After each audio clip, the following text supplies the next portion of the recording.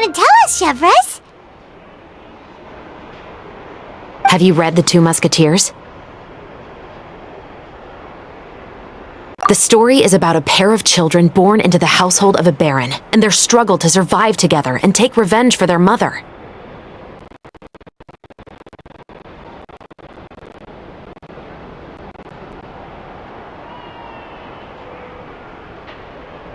They were raised at the baron's estate, where their mother worked as a maid.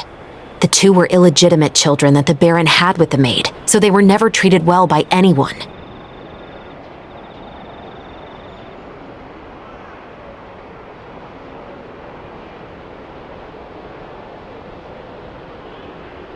One day, upon returning home, they found their mother had been murdered and left dead on the floor.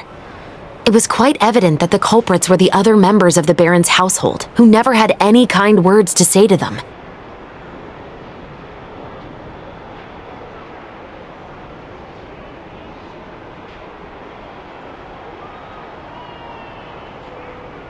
However, the baron was able to exert his influence and keep the whole thing under wraps. The mother's death was eventually deemed as a suicide, and there was no chance of bringing her murderers to justice. The two siblings decided to flee and someday avenge their mother.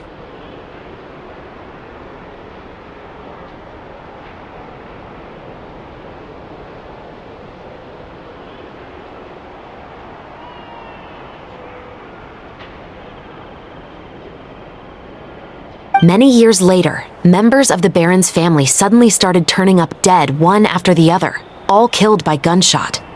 A rainbow rose was found on each of the victims' bodies, being the flower that the kid's mother liked best.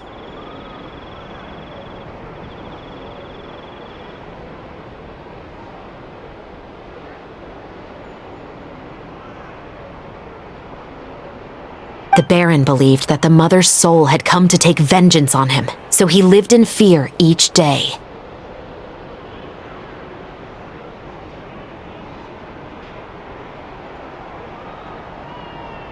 But it was actually those two siblings who had fled all those years ago. They relied on each other to survive and trained day and night, eventually becoming adept musketeers.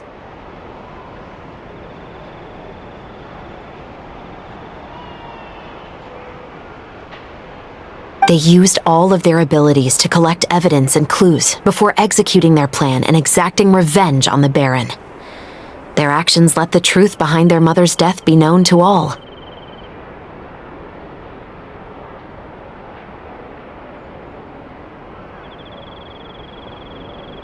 That's quite an exhilarating story. Yep, the baron got what he deserved for his evil deeds, and justice was able to prevail. It was just the kind of story I enjoy. Oh, so is that why you were so willing to join our crew, Chevres? You could say it was one of the reasons. Oh, you mean there were other reasons too? I've read the reports about you. Whether it was at the trials or when you lent your hand to resolve our nation's crisis.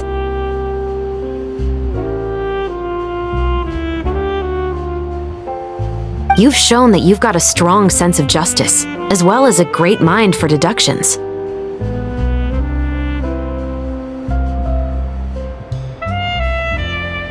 Yes, you're as sharp as I expected. It seems you've experienced many similar situations before.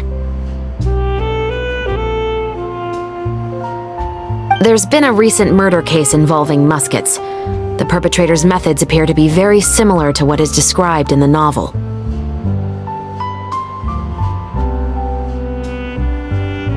Huh? Really? But Paimon didn't see anything about that in today's papers. The Marechaussee Phantom hasn't yet released any information to the public because the investigation is currently at a standstill. The murderer is extremely cautious. A murder involving firearms? But not that many people use those in Fontaine, right?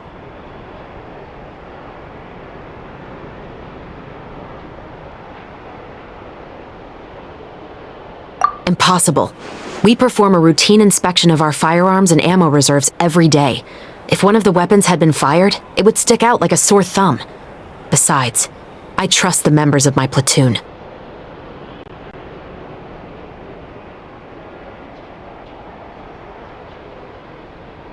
However... Well, that's all I can disclose about the case today. Huh? What do you mean? I hope you all can go back and get some shut-eye. You can decide tomorrow whether or not you'd like to join the investigation with me. I'm aware this might not be the ideal time to add more to your plate, but the more capable people we have, the better the chances that justice will prevail.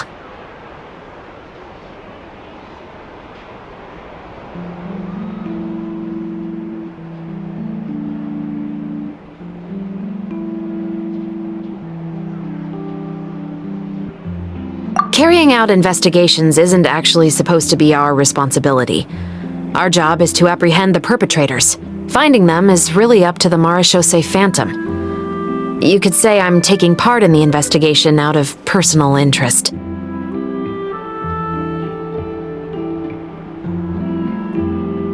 I don't want people to see muskets in a negative way, and also, I'm concerned about the similarity between the crimes and the story.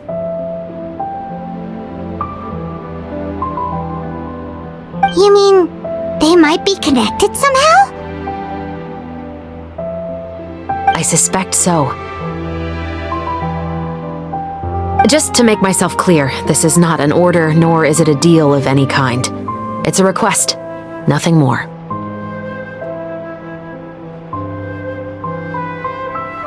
If you two have any interest in the case after we finish filming tomorrow and are willing to assist me, then I would be most grateful.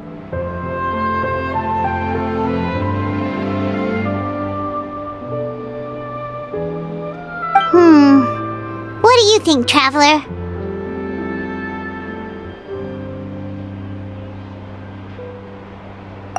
Yeah, you're right. Paimon's getting a little tired, too. We've really been hustling all day. You'd better head back and get some rest. It's good to keep a calm mind, especially when you're about to make an important decision. Otherwise, when the moment comes, you might end up like that shopkeeper and not even realize that the right choice is right there in front of you.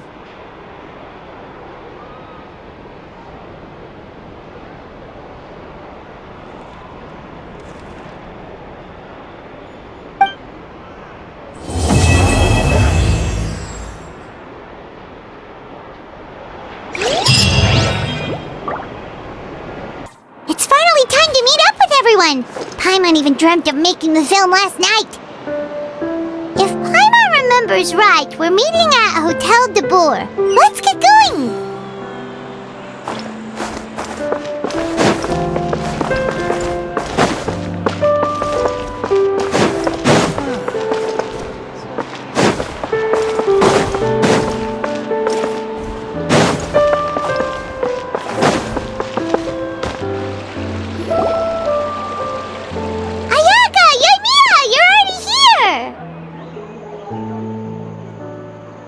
Good morning. Xavier said yesterday afternoon went well. Yeah, and how about you, Ayaka? What were you up to yesterday? After we split up, Ayato went to see Udex Nervillette at the Palais Marmonia. I was originally thinking of going with him, but he said he could manage it himself. He told me to go see the sights around Fontaine and to enjoy the local culture.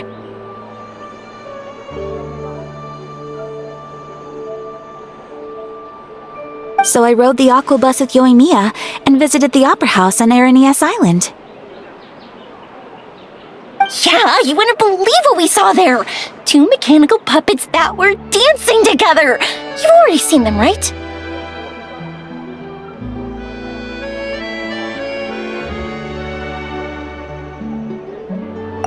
Yeah, those two! Amazing, aren't they? We sat and watched for quite a while. It was mesmerizing, like we could keep watching them forever.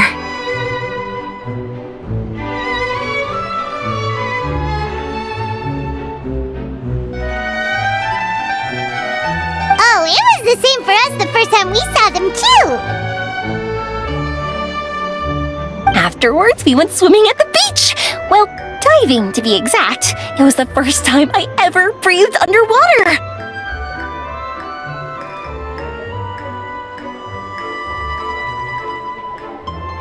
I held Ayaka's hand and we counted down together. 3, 2, 1, and then splash! We were beneath the waves.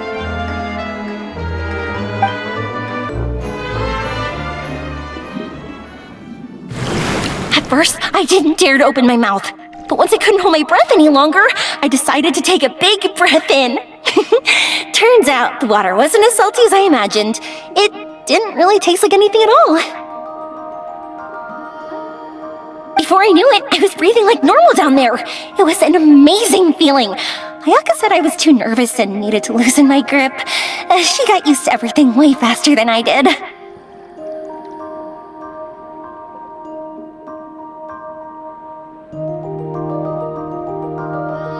I knew that the Traveler could do it, so I had no doubt we could do it too. That helped me feel at ease as soon as we dove in.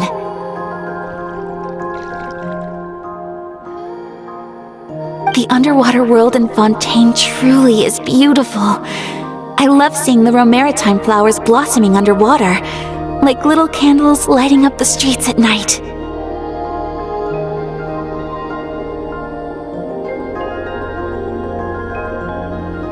Yeah, and there were so many creatures that we've never seen in Inazuma.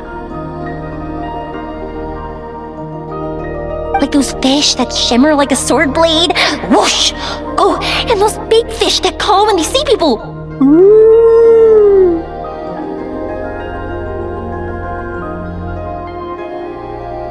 Oh, you mean Hunter's Rays and Blubber Beasts! I just love the name Blubber Beast. Just wait till Pops and the others hear about this. They probably won't believe a word I say.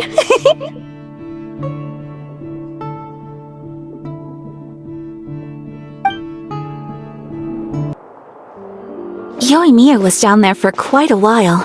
It was dark before we finally rode the aquabus back to the city. I figured she'd want to sleep in today.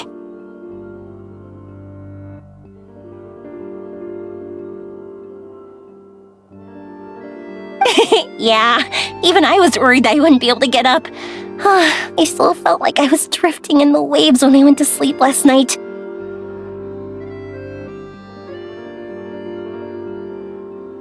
But as soon as I woke up today, I remembered that we'd all be shooting a film together, and I was ready to go!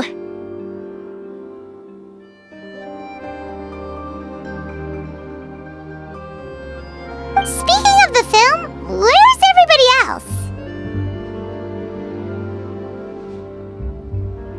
My brother and Xavier were speaking to the restaurant owner about using the place as a filming location. They should be here soon.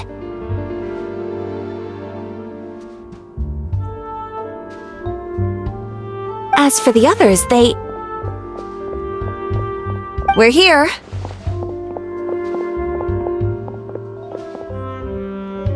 Please excuse my tardiness. I just finished the Special Patrol's 6-mile morning jog. Wait, 6 miles? I'm so tired. I heard you all chatting, so I decided to come down. I sure could use some of that endless energy everyone else has.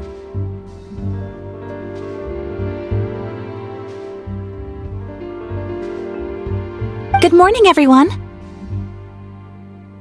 Morning. Can someone fetch me a cup of coffee? More milk, hold the sugar. Sure, I'd be happy to do that for you. No, you can't go anywhere. Please, have a seat over here so I can get started on your makeup. The last thing I want is coffee stains on my costumes. I can get the coffee! It's the perfect job for an assistant!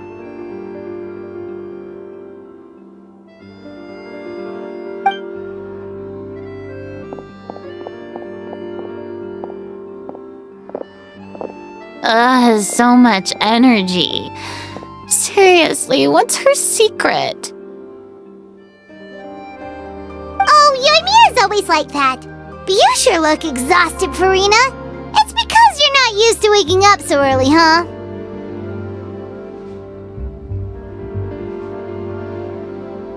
Of course not.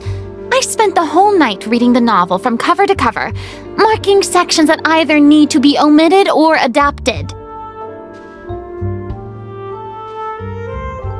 Wow, Paimon didn't expect you to be so thorough. Well, I was the biggest star in all of Fontaine after all. It takes more than just a pretty face to earn a reputation like that. I know how to get serious when the situation calls for it.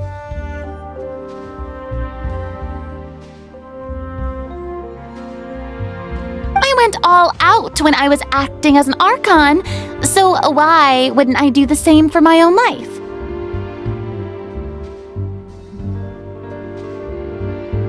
Here's your coffee, Director Farina.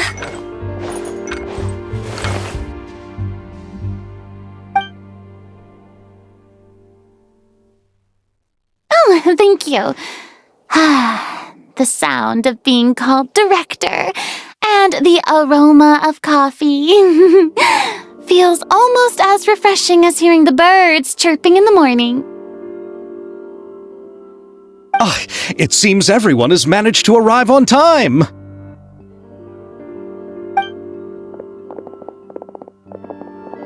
We've reached an agreement with the restaurant owner. We are free to use the second floor to shoot our film.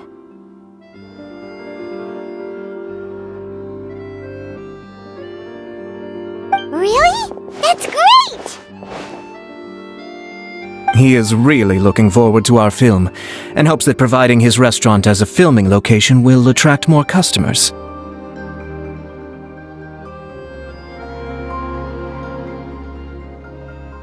Well then, Mr. Xavier, I'll leave the rest to you. Okay, thanks. First, I'd like to introduce our new members. This is our prop manager, Veronique. She'll be in charge of all the film's props and items. And this is Bono, our lighting technician. He'll be in charge of lighting and illumination to set up each scene's atmosphere.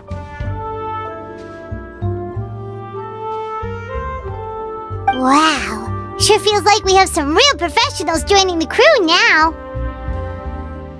First of all, please allow me to first express my sincerest gratitude to everyone in the crew. When my investor informed me yesterday that he wouldn't be able to provide the funds, I really thought that this was the nail in the coffin for this film.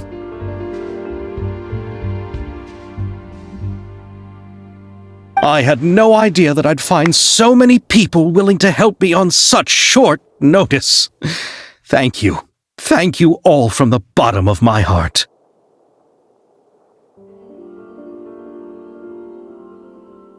No need to be so cordial, Mr. Xavier. We're all honored to be a part of this.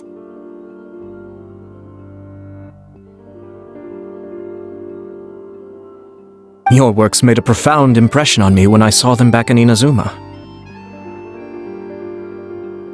I am sure that someday, this film will be remembered as a prime example of cultural exchange between Fontaine and Inazuma.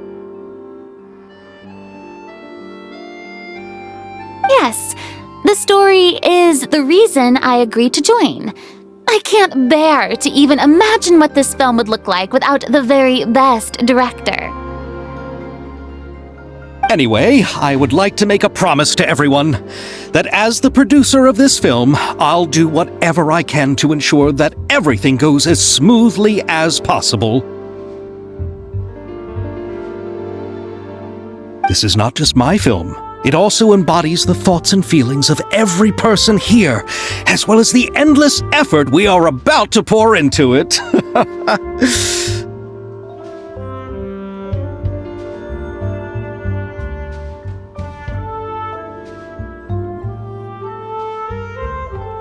So, without further ado, the Two Musketeers will officially begin filming now!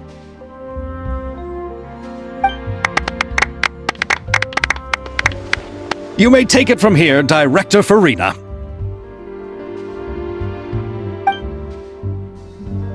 All right. Listen up, everyone. The first scene takes place when the two young musketeers are living at the Baron's home, still unaware of all that is about to happen to them. We'll need props and lighting to set the scene. Our lead actors can go get their makeup done, and extras, please take this time to go over your positions.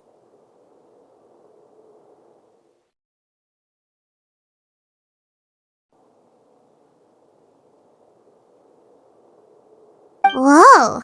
Seems Farina's really kicking things into gear as the director. Is everyone clear? I don't want anyone traipsing around the set like umbrella finches. All right, cameras will start rolling as soon as the set is ready. Let's make a film that'll make some serious waves in Fontaine.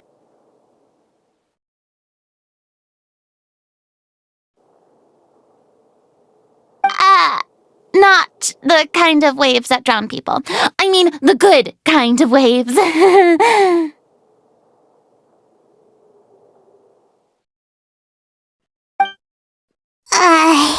Seems like she's still a bit traumatized by that. Anyway, let's go see if there's anything we can do to help.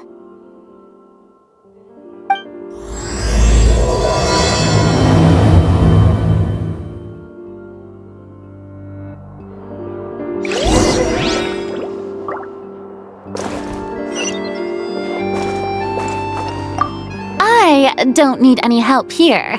Why don't you try asking someone else?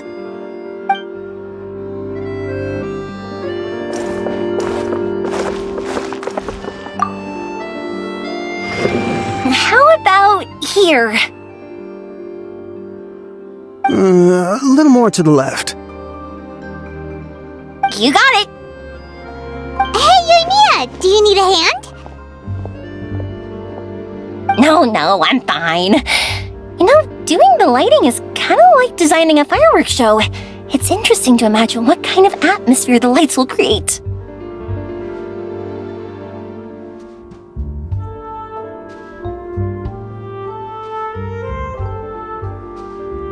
I heard that the Traveler will be operating the camera and Paimon will be the clapper loader, right? Those roles are just perfect for the two of you.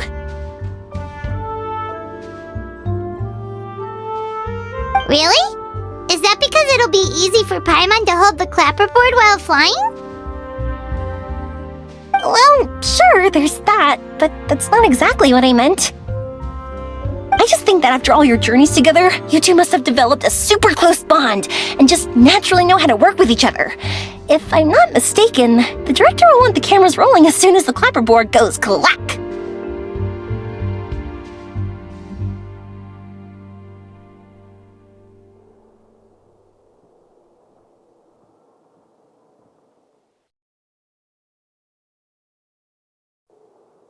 Oh, I see! It's amazing to see the magic behind filmmaking! Yoimiya, we need lights over there, too. Oh, on it! I've got to get back to work. Chat with you later. Oh, it's exciting to see so many people working together to bring the film to life!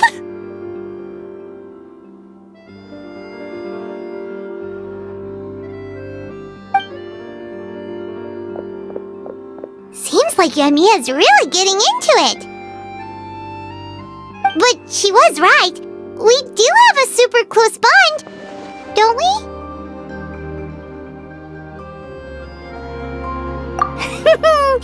Paimon's really happy to hear that.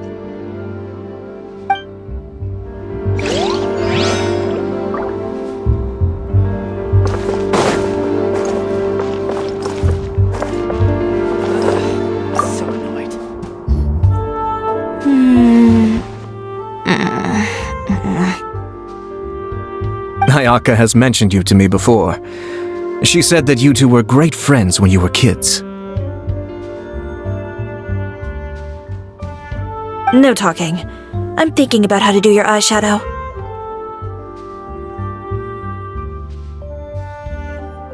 Ah, yes. To help me really look the part.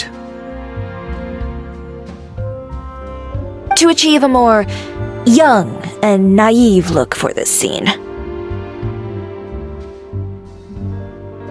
Are you saying the wrinkles around my eyes are too deep? You just have too much of a calculating look in your eyes. You sure don't mince your words. It seems you really haven't changed much. Quiet.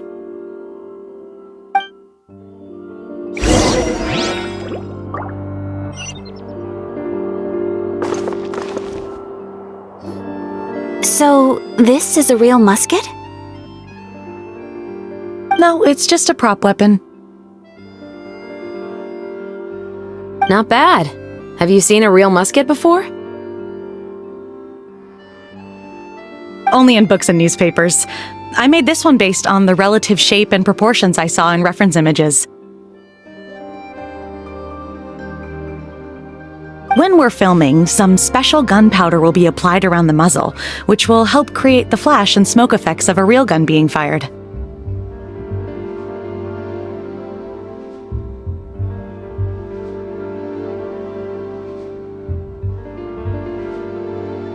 Which means it'll be up to the actors to portray the recoil.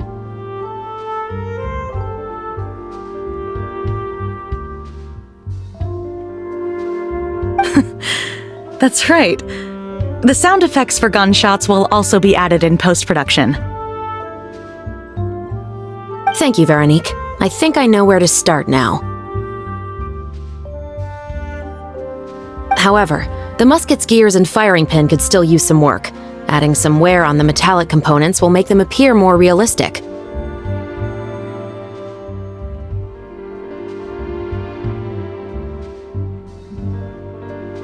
Also, be sure to rub the muskets with some oil each time before we start shooting. That'll give the impression that the firearms have been well maintenanced.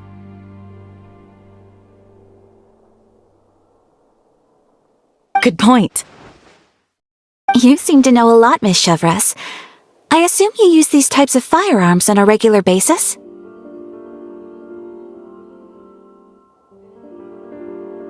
Yes, I perform routine maintenance on my weapons every day. Just like we as people need to eat and sleep, muskets need to be cleaned and maintained. I also perform similar care for my sword every day, and familiarize myself with its shape and weight, to the point where it feels like a natural extension of my body. Yes, this way, our weapons will never betray us in the heat of battle. Yes, well said. It seems we have the same philosophy on this topic. Oh, sounds like they found a common interest to talk about.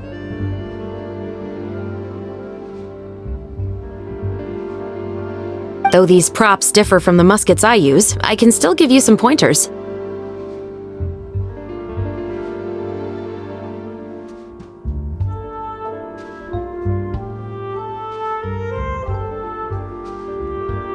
Good.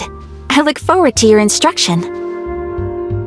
First and foremost, never point the weapon at anyone, regardless of whether it's a real or prop weapon or whether you're holding it or it's on the table. This holds for any time when you're not actively engaging an enemy.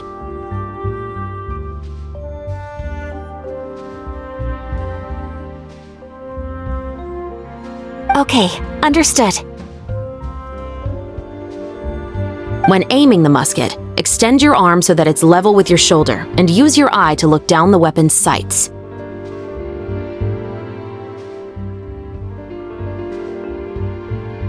Like this? Not bad. Now, try saying your lines. This is the end of the road for you.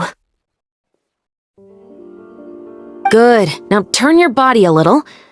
That way, you'll give your enemy less of a target to work with. And relax your shoulders. Here, allow me to demonstrate.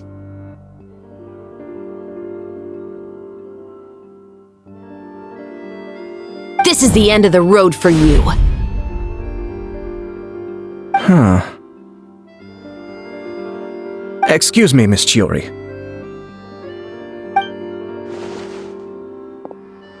Director Farina, there's something I wish to discuss with you. Oh? What is it? Like this? Yes, much better.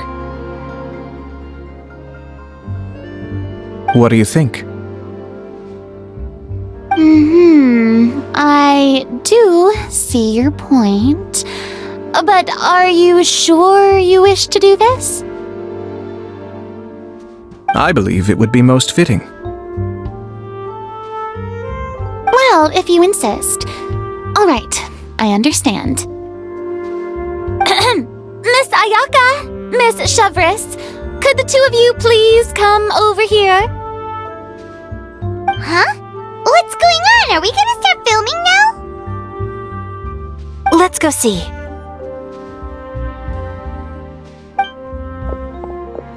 What is it? I have a question for you, Miss Chevris. Would you be willing to play the role of a musketeer? What? To clarify, I would like to turn over my role to Miss Chevris. But brother... Don't worry, Ayaka. I actually view this as a good thing. I was becoming troubled trying to set aside some time to speak to the staff at the Palais Mermonia. I would like to have some conversations about the cultural exchange between our two countries, and I've heard that the bureaucratic process here can get rather complicated.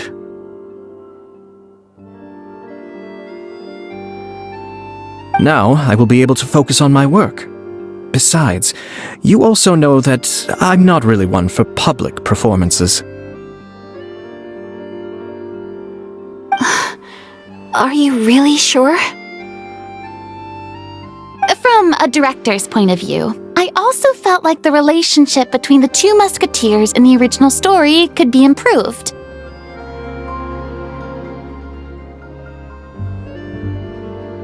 The older brother in the story plays the lead role with his overbearing character, but this causes his character to overshadow that of his sister, and the theme of the two supporting and relying on each other isn't conveyed very well.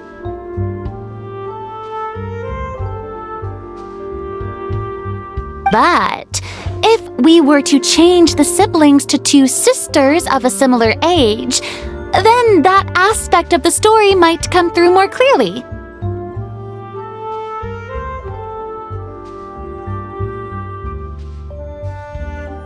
Also, I've seen you instructing Ayaka. That cold and dignified personality is exactly what we need for the older musketeer. Of course, even with all these insights, the decision should still be made by Miss Chevris.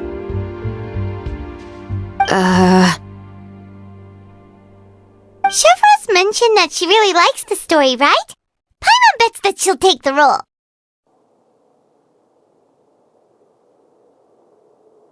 All right, I'll take the role. Good! It's decided then. I'll get started on making edits to the script. We'll also need to make some immediate adjustments to the lighting, props, and costumes. I have a feeling that our adaptation will be even better than the original story. You're doing a great favor for me, Miss Chevris. You have my gratitude. Don't mention it. I like this character, so if anything, I should be the one thanking you. Well, since my brother is the one who brought up the idea, I suppose there's no need to worry. Let's go, Miss Chevris. I look forward to working with you. Please, just call me Chevris.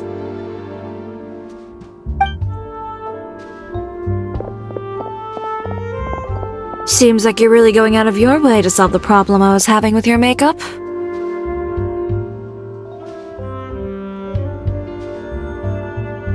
Surely you jest, Chiori. I assure you that I was mostly motivated by a desire to spend more time on formal business. Oh, come on, you really think I'd buy that? According to what I've heard from Ayaka, her brother is someone who can juggle 10 different matters at the same time. I'm sure you have other reasons for backing out. Perhaps. Ayaka always said she wanted to go out and see more of the world, just like the traveler.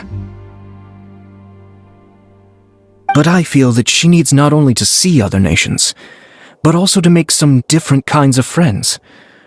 I think it would be harder for her to make new connections with me constantly by her side. I would like to give her some space.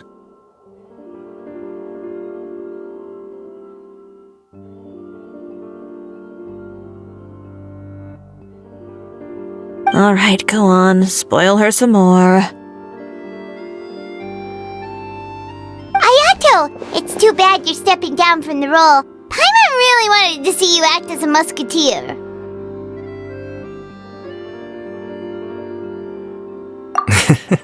No need to poke fun at me. I'd wager that you also felt that I wasn't the best candidate for the role. It's a little hard for Paimon to imagine you saying those lines.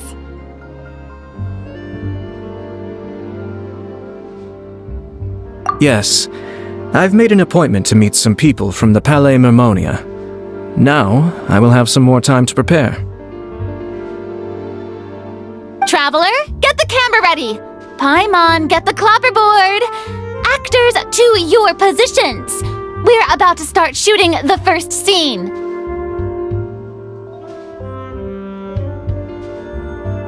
Go on now. And please take good care of Ayaka. Yep, don't worry. Thank you. I look forward to seeing the film when it's finished.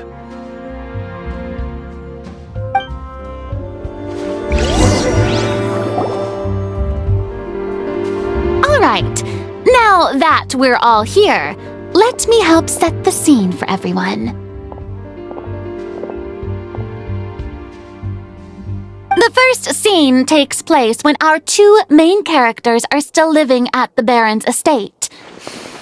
They've been ostracized and verbally abused by others in the household, but they still have no idea why.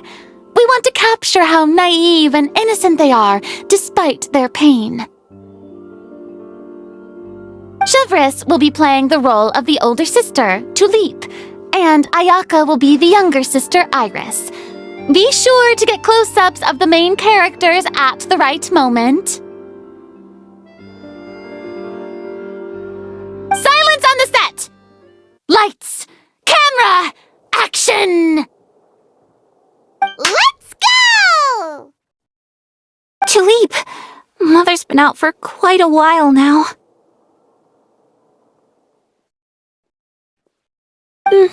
Perhaps she went to pick some flowers on the way home. You know how she loves flowers.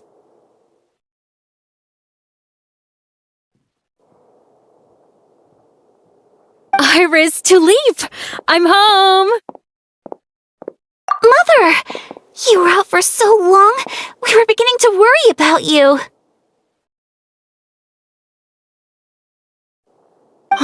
I'm sorry, but I'm back now, safe and sound. Here, I brought your favorite treat, apple turnovers. Mother, what are those bruises on your hand? Huh? What bruises? Oh, I must have bumped into something while I was working yesterday. But I didn't notice them this morning. Then perhaps they're from when I accidentally tripped when I was out just now. By the way, did you have fun playing at home?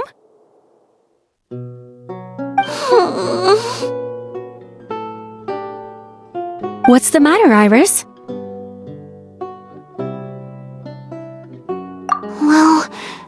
we've realized that no one really wants to play with us. They even took Iris's doll and spat at us.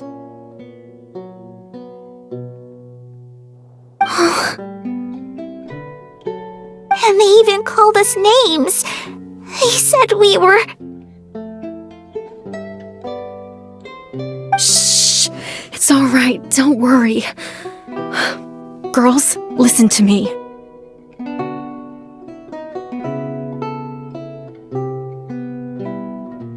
It doesn't matter what anyone says. Don't listen to them. No one can define you with such words.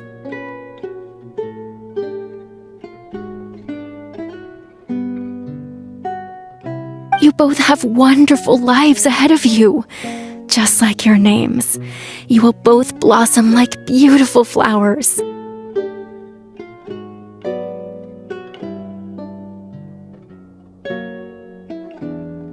Maybe your time to blossom hasn't quite come yet, but one day, you two will bloom more beautifully than anything else.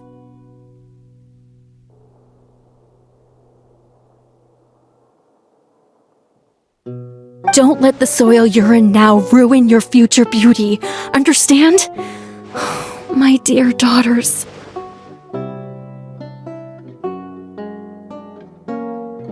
And cut!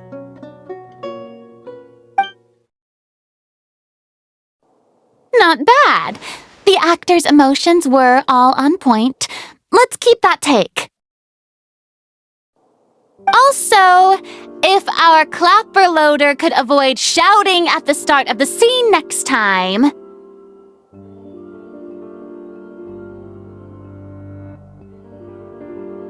Oh, got it. Great. I was a little worried that my nerves would get the better of me. What about you, Chevros? I felt fine. The lines weren't too difficult at all. Seems like Farina must have adapted the role nicely.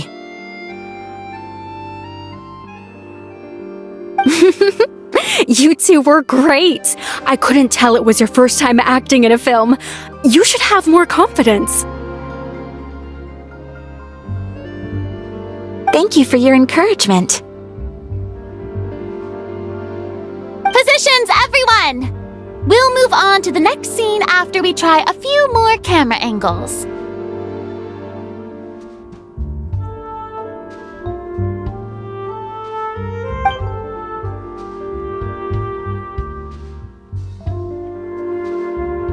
This scene is when our two characters return home, only to discover their mother has been murdered. Ready? Lights! Camera! Action!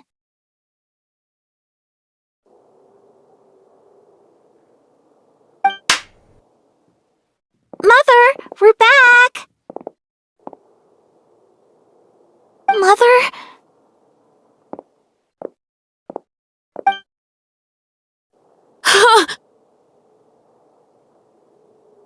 What's wrong, Tulip? Iris, stay away! Huh? Why? What's... Mother!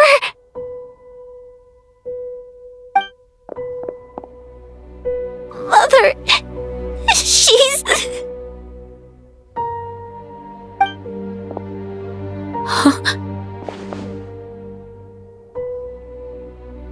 There's poison in this cup.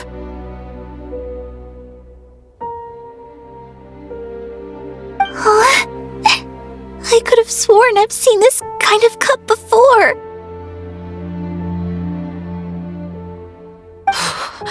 Those aristocrats. They didn't even try to cover up their actions.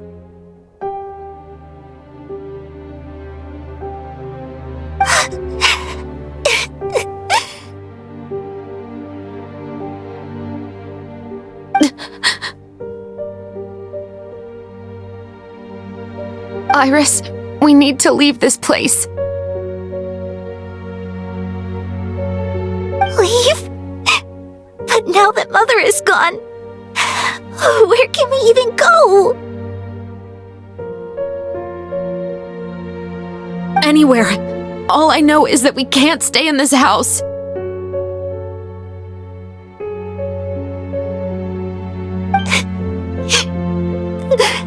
But are we just going to let them get away with this?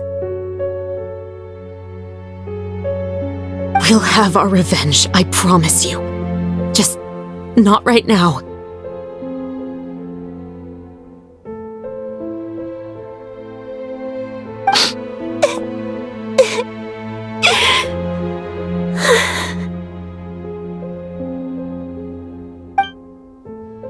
Come on, let's go.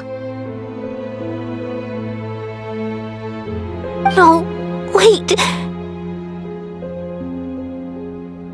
We can't just leave Mother here like this. At least let me leave this rose with her.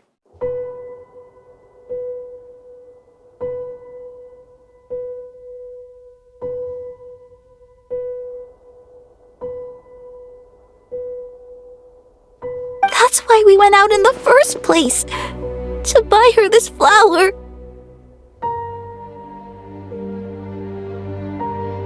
All right.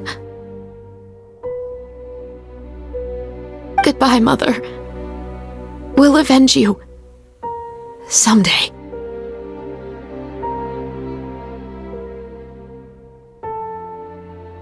And cut!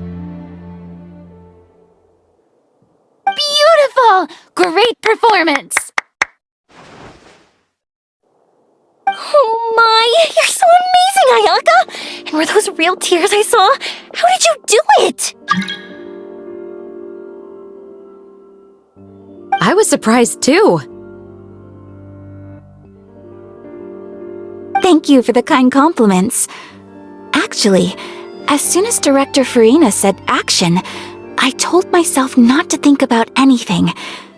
I just felt the weight of the moment and became the character. It's quite similar to practicing the art of the sword. You clear your mind and focus only on what's happening in front of you.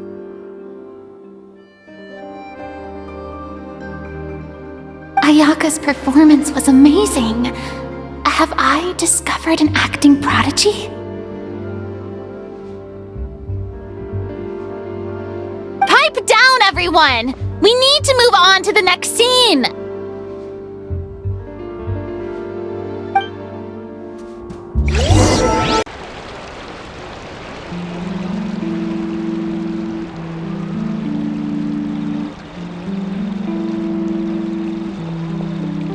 Huh? Are we done already? But Paimon wants to keep playing with the clapperboard.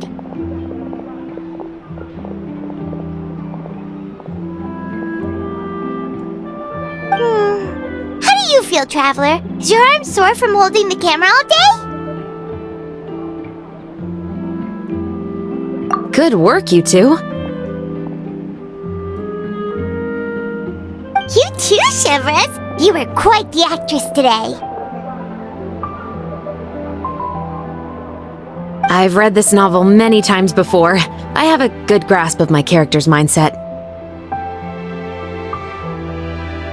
Anyway, do you remember my request from yesterday?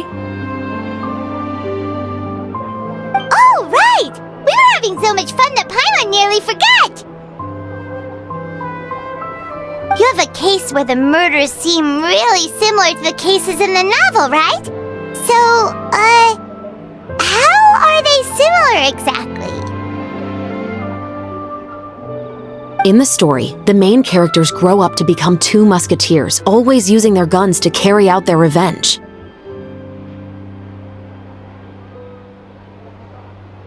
And on each of the victims, they place a rainbow rose as a signal that they've returned.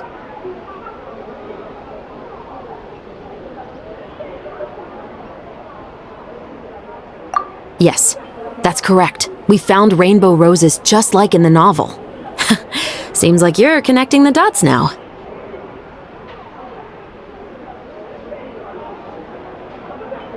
Oh, that does sound pretty concerning.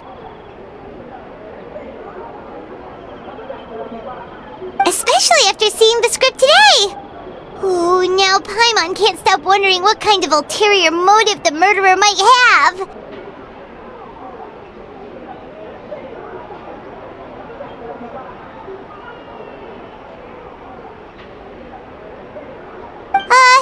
What do you think, Traveler? You're smart. Paimon wants to hear your thoughts.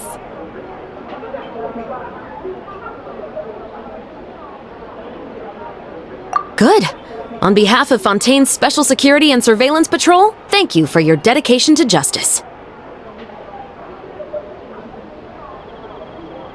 There's no time to lose. We should start investigating right away. Follow me. Huh? Right now? But we just got done filming all day! Paimon's so tired! The most valuable intel always comes after nightfall. They are like small, remote islands in the middle of the sea. If you don't stay vigilant, you will pass right by them in the fog.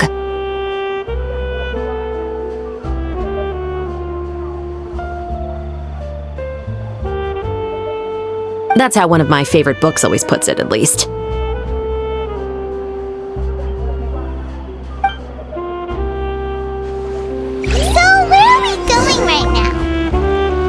Let's start by checking out some workshops that sell mechanical components. If the culprit is making their own weapons, it's very likely that they'll visit those sort of places.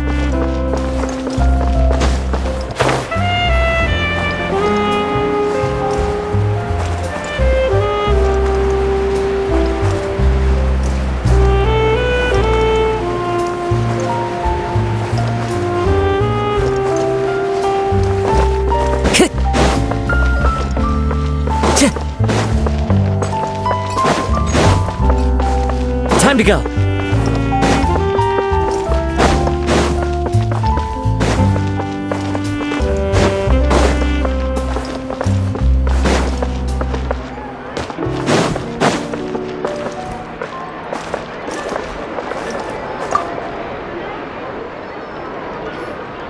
Welcome to LeChaux's Clockwork Workshop. How can I help you? Hello. I'd like to know if anyone has purchased some special components lately. Special components? Sorry, could you be more specific?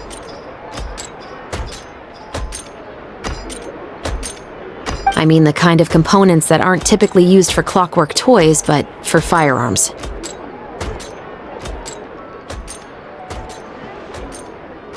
Huh? For firearms? No, we don't sell those sort of things here. Don't misunderstand. I'm not here to cause any trouble. We are merely investigating a case, and we're hoping that you could cooperate.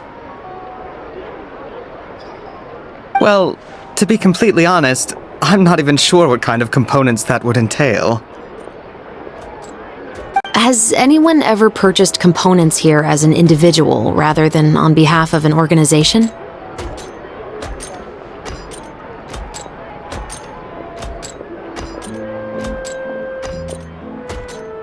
We have a lot of customers who buy toys, but those who buy components are all regular customers who buy in bulk on behalf of their organization.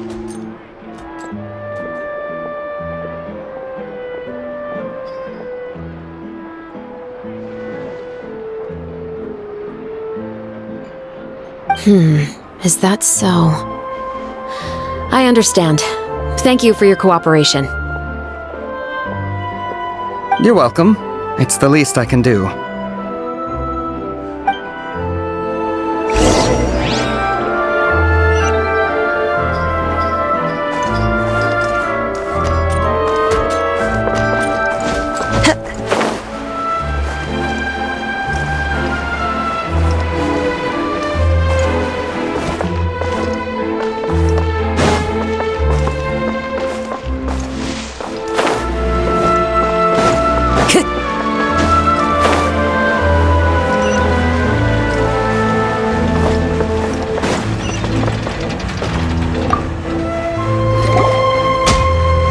Oh, hey, Chevris. Run out of oil for your musket again? Hello, Estelle. I want to know if anyone has come to your shop recently to order some firearm components. Oh, Oh, is this another case? Let me think. I don't think so. Some people have requested that I make some prop guns for the Fontaine Film Festival, but I refused all of those requests.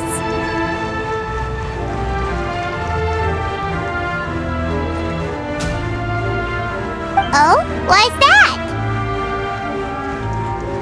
Because there's no profit! I only make things here that can do some real heavy lifting. I don't have the energy to make some new molds just for the festival.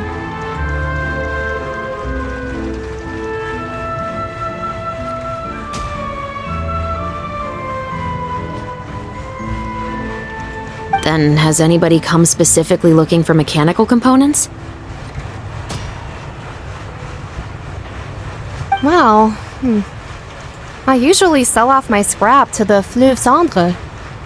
I don't typically give them to one specific person.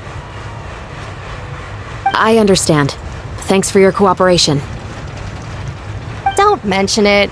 Always happy to have the Musketeers' patronage.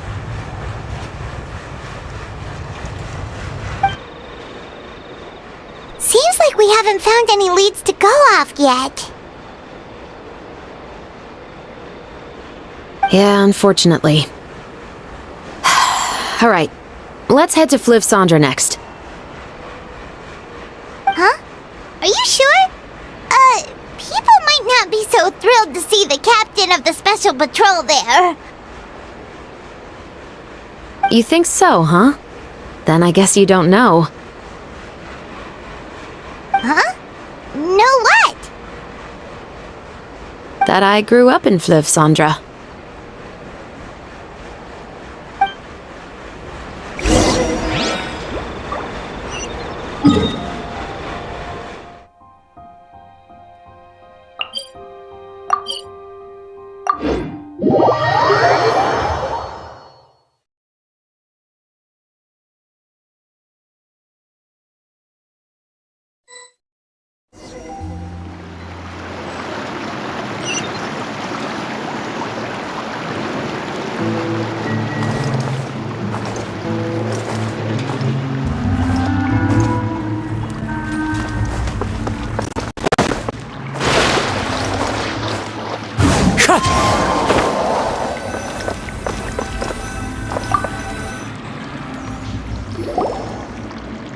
What's all this?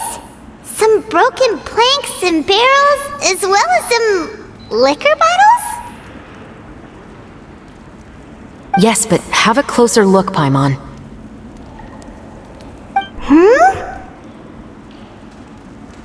Even though somebody has purposefully tried to clean them up, these are obviously marks from musket bullets. In other words, someone was here trying to improve their shot. They were using the barrels and bottles for target practice.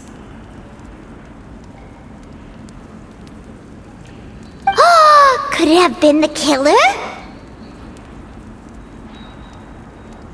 Your guess is as good as mine. Although many people at Fleuve Cendre own guns, few hide the fact from others. And even fewer would go to such lengths to hide markings from practice shots.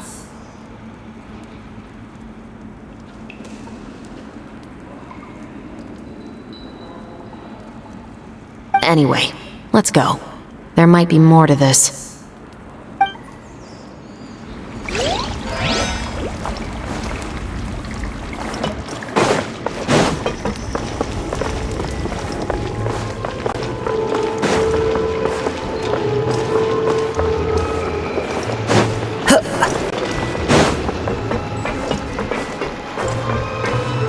Time to go.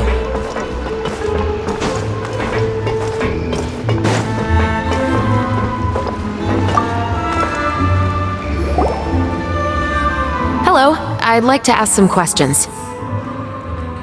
I don't know anything. Don't worry, I'm not here to arrest anybody. You say that now. It's the truth. Here, take this as my guarantee. Wait, did Paimon just see what she thinks she saw? Is the captain of the special special patrol bribing a citizen?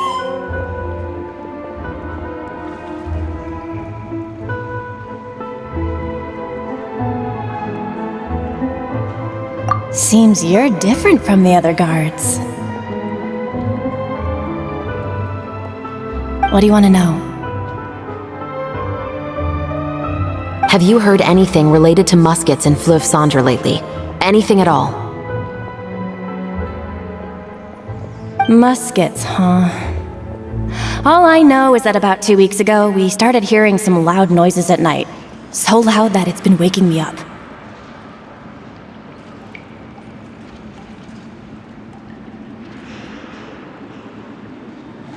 Were they gunshots? Possibly. It's hard to tell around here. Someone's house collapsing, a pipe exploding somewhere, it's all the same. But the noises I'm talking about definitely happened after I fell asleep.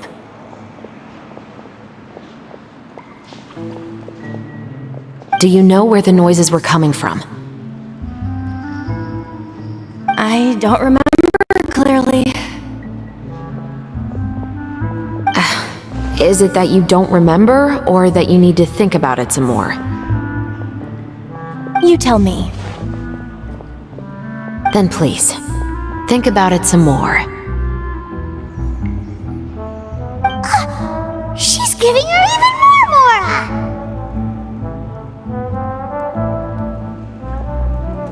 The noises came from the end of the Southern Waterway. I came out and had a look for myself when I wasn't sleeping well, but I didn't dare get too close.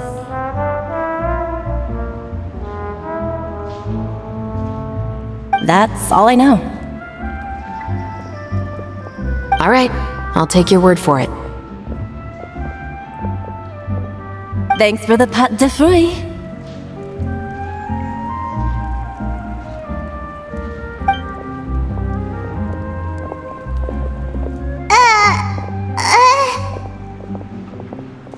No need to be surprised. I grew up here, remember? I know how to get people around here to talk.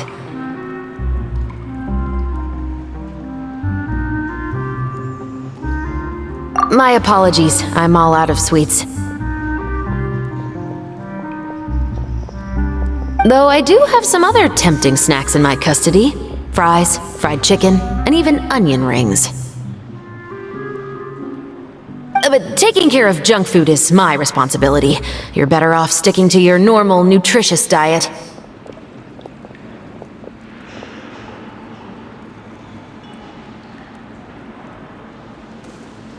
Now then, let's keep going.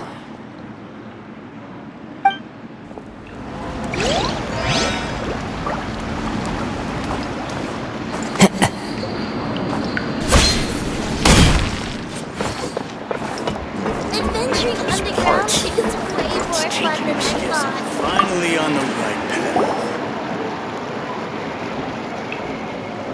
It's been a while, Tetro. Please, just get on with your request. I want to know if you've heard anybody talking about muskets lately.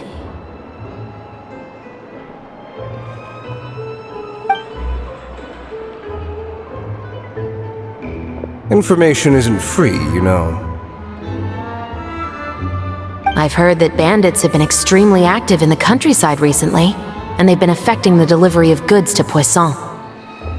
I can allocate some more manpower to help out with that problem. What do you say?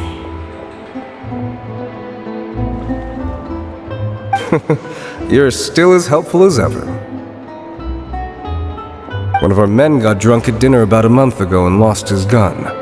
3 days later, it turned up in the corner here.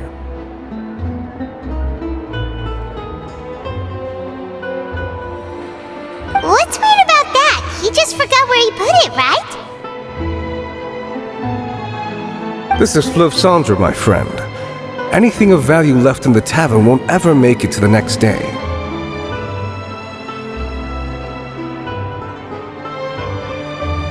But that gun turned out to be an exception.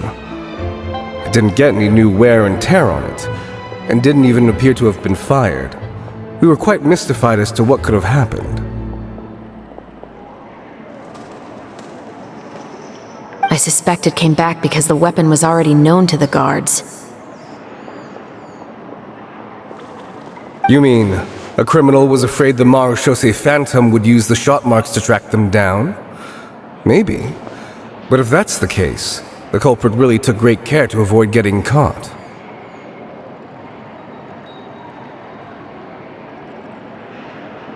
I didn't say anything about a criminal. In Fleuve Sandra, knowing who was killed is as easy as knowing what clothes you're wearing today.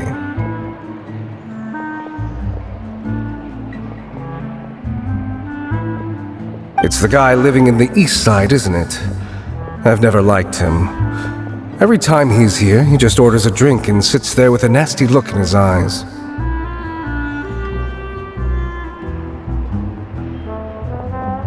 So, who was the one who lost the gun in the first place? Don't bother. Even if you ask, he wouldn't admit to owning a gun to some strangers. Not to mention the captain of the Special Security and Surveillance Patrol. He's right. I know you grew up here, Chevres. Even though you're on good terms with the Spina, you've still been gone too long. Not many people know you here now, and a lot of people don't like the Special Patrol.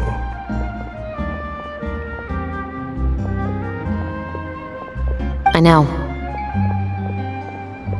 So take my advice and don't show your face too much around here. It's for your own safety. I'll come and go as I please, and I'm afraid I'll be appearing more often due to my work.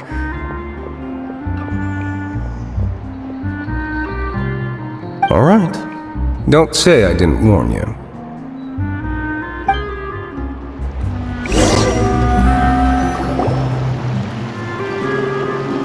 Seems like that's all we'll be able to uncover for today.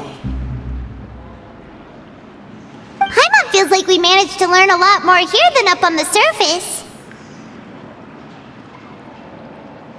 Yes. Assuming that everything we found is indeed connected to our suspect, then their timeline was probably something like this. A month ago, our suspect found a gun and took it home to disassemble it. Once he'd figured out its mechanics, he brought it back.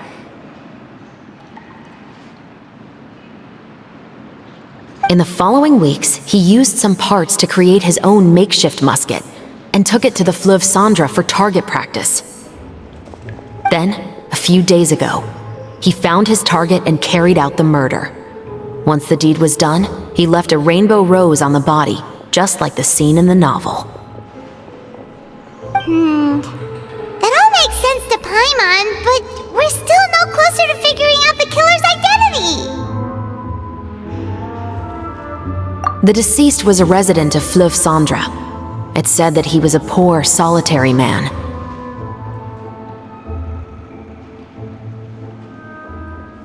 Yeah, that's also something I'm trying to figure out. If we are indeed following the novel, and there's a story behind the murder, then this murder should be an act of vengeance. But according to our investigation, the deceased didn't have any enemies.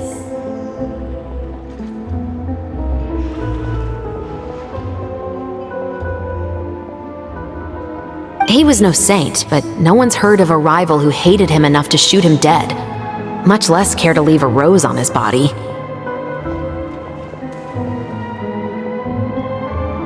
What message is the killer trying to convey, and to whom exactly?